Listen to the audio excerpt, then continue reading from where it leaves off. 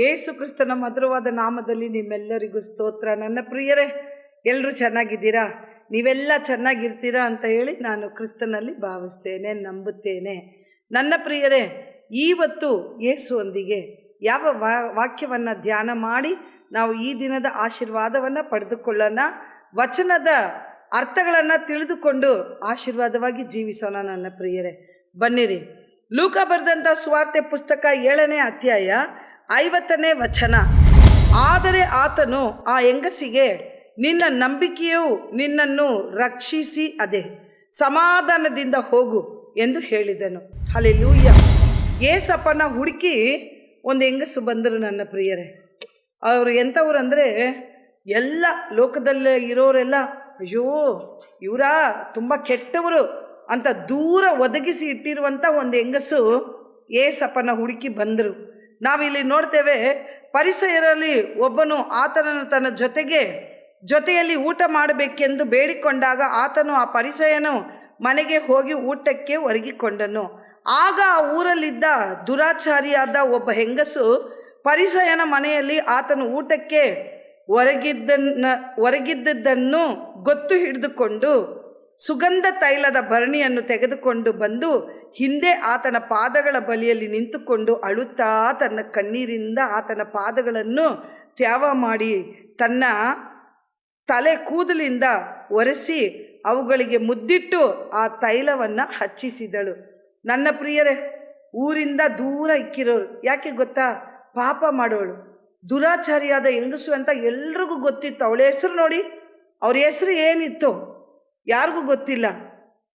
ಆದರೆ ಅವಳ ಕೆಲಸ ಮಾಡುವಂಥ ಕೆಲಸ, ಪಾಪದ ಕೆಲಸ ನಿಮಿತ್ತವಾಗಿ ಆ ಊರಲ್ಲಿರೋರೆಲ್ಲ ಒಂದು ಹೆಸರು ಕೊಡ್ತಾರೆ.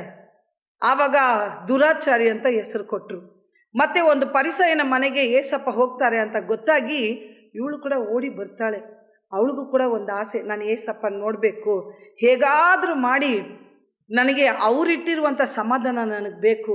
ಈ ಲೋಕದಲ್ಲಿ ನನಗೆ ಕೊಟ್ಟಿರುವಂಥ ಹೆಸರು ದುರಾಚಾರಿ ಅಂತ, ಯಾಕಂದರೆ ನಾನು ಮಾಡುವಂಥ ಕೆಲಸ ಇದರಲ್ಲಿಂದ ನನಗೆ ಬಿಡುಗಡೆ ಕೊಡುವಂಥ ದೇವರ ಬಳಿಯಲ್ಲಿ ನಾನು ಹೋಗಬೇಕು ಮತ್ತು ಅವರು ಕೊಡುವಂಥ ಆಶೀರ್ವಾದವನ್ನು ಹೊಂದ್ಕೋಬೇಕು ಅಂತ ಹೋಗಿ ಎಲ್ಲ ಇವಾಗ ಗೊತ್ತಿದೆ. ಒಂದು ಪರಿಸಯನ ಮನೆಗೆ ಏಸಪ್ಪ ಬಂದಿದ್ದಾರೆ ಅಂತ ಗೊತ್ತಿದೆ ಅಂದರೆ ಅವ್ರು ಎಂಥವ್ರು ಅಂತ ಕೂಡ ಗೊತ್ತಿರಬೇಕು ತಾನೇ. ಅವರು ಪಾಪದಿಂದ ಕ್ಷಮಾಪಣೆ ಕೊಡೋರು, ಕಣ್ಣೀರಿಂದ ಇರೋರಿಗೆ ಸಮಾಧಾನ ಕೊಡೋರು ಅಂತ ಎಲ್ಲ ಈ ಹೆಂಗಸಿಗೆ ತಿಳಿದು ಅಲ್ಲಿ ಹುಡ್ಕೊಂಡು ಬರ್ತಾಳೆ. ಹುಡ್ಕೊಂಡು ಬಂದು ನೋಡಿ, ತನ್ನನ್ನು ಯಾವ ರೀತಿ ಆಗಿ ನಾನು ಪೂಜೆ ಮಾಡೋಕ್ಕೆ ಬಂದಿದ್ದೀನಿ ಅನ್ನೋ ಥರ ತೋರಿಸ್ಕೊಳ್ದಿರಾ ತನ್ನನ್ನು ತಗ್ಗಿಸಿಕೊಂಡು ತನ್ನ ಪಾಪಕ್ಕಾಗಿ ಮನಮರುಗಿ ಹತ್ತುಕೊಂಡು ಅಲ್ಲಿ ನಿಂತಿದ್ದಾಳೆ. ಒಂದು ಕಡೆ ನಿಂತಿದ್ದಾಳೆ. ನಿಂತ್ಕೊಂಡು ಅಲ್ಲಿ ಅಳ್ತಾ ಇದ್ದಾಳೆ. ಅಳ್ತಾ ಇರಬೇಕಾದ್ರೆ ಸುಮ್ಮನೆ ಅಳ್ತಾ ಇಲ್ಲ, ಏಸಪ್ಪ ಪಾದದಲ್ಲಿ ಹೋಗಿ ಕೂತ್ಕೊಂಡು ಹಾಗೆ ಅವಳ ಕಣ್ಣೀರೆಲ್ಲ ಆ ಪಾದವನ್ನು ತ್ಯಾವ ಮಾಡಿ ಮತ್ತು ಅವಳು ತಗೊಂಡೋಗಿದ್ದಂಥ ಆ ಸುಗಂಧ ತೈಲದಿಂದ ಆ ಪಾದವನ್ನು ಅಭಿಷೇಕ ಮಾಡಿ ಅಳ್ತಾ ಇದ್ದಾಳೆ. ಅಳ್ತಾ ಇದ್ದಿದ್ದಂಥ ಹೆಂಗಸನ್ನ ನೋಡಿ, ನೀನು ಹೆಂಗಾದರೂ ಹತ್ಕೊಂಡಿರು ಅಂತ ಹೇಳ್ದಿರಾ ದೇವರು ಹೇಳ್ತಾರೆ, ಆ ಹೆಂಗಸನ್ನು ನೋಡಿ, ನಿನ್ನ ನಂಬಿಕೆ ನಿನ್ನನ್ನು ರಕ್ಷಿಸಿದೆ. ನೀನು ಯಾವುದನ್ನು ಕೇಳಿಕೊಂಡು ಈ ಮನೆ ಒಳಗೆ ಬಂದೋ, ನನ್ನನ್ನು ಹುಡ್ಕೊಂಡು ಬಂದೋ, ನನ್ನ ನೋಡುವುದಕ್ಕೆ ಬಂದೋ, ಆ ನಂಬಿಕೆ ನಿನ್ನನ್ನು ರಕ್ಷಿಸಿದೆ. ಇನ್ಮೇಲೆ ಪಾಪ ಮಾಡಬೇಡ, ನೀನು ಸಮಾಧಾನವಾಗಿ ಹೋಗು ಅಂತ ಹೇಳಿದ್ರು. ನನ್ನ ಪ್ರಿಯರೇ, ಹಲ್ಲೆಲೂಯಾ. ಲೋಕದಲ್ಲಿ ಒಂದು ತಪ್ಪು ಕೆಲಸ ಮಾಡ್ತಾರಂದರೆ ಅವ್ರನ್ನ ನೋಡಿ ಮಾತಾಡೋರು, ಆಡಿಕೊಳ್ಳೋರು ಜಾಸ್ತಿ ಇರ್ತಾರೆ. ನನ್ನ ಪ್ರಿಯರೇ, ಅವ್ರನ್ನ ಸೇರಿಸಿಕೊಳ್ಳೋರು ಯಾರೂ ಇರೋದಿಲ್ಲ. ಅವ್ರ ಹತ್ರ ಸಮಾಧಾನವಾಗಿ ಮಾತಾಡೋದಕ್ಕೆ ಯಾರೂ ಇರೋದಿಲ್ಲ. ಅವ್ರು ಅಲ್ಲಿ ಬರ್ತಾರೆ ಅಂದರೆ ಇಲ್ಲೇ ದೂರ ಹೋಗ್ಬಿಡ್ತಾರೆ. ಅಯ್ಯೋ, ಆ ಹೆಂಗಸು ಬರ್ತಾ ಇದ್ದಾರೆ, ದುರಾಚಾರ ಹೆಂಗಸು ಬರ್ತಾ ಇದ್ದಾರೆ ಅಂತ. ಆದರೆ ಏಸಪ್ಪ ಪಾದದಲ್ಲಿ ಬಂದು ನಿಂತ್ಕೋಬೇಕಾದ್ರೆ ನನ್ನ ಪ್ರಿಯರೇ, ಆ ಕಣ್ಣೀರನ್ನು ದೇವರು ನೋಡಿದ್ರು, ಆ ನೋವನ್ನು ದೇವರು ನೋಡಿದ್ರು. ನೋಡಿ ಹೇಳ್ತಾರೆ, ಹೆಂಗಸೇ, ಸ್ತ್ರೀಯೇ, ನಿನ್ನ ನಂಬಿಕೆ ನಿನ್ನನ್ನು ರಕ್ಷಿಸಿದೆ, ಆದುದರಿಂದ ನಿನ್ನ ಪಾಪದಿಂದ ರಕ್ಷಿಸಿದೆ.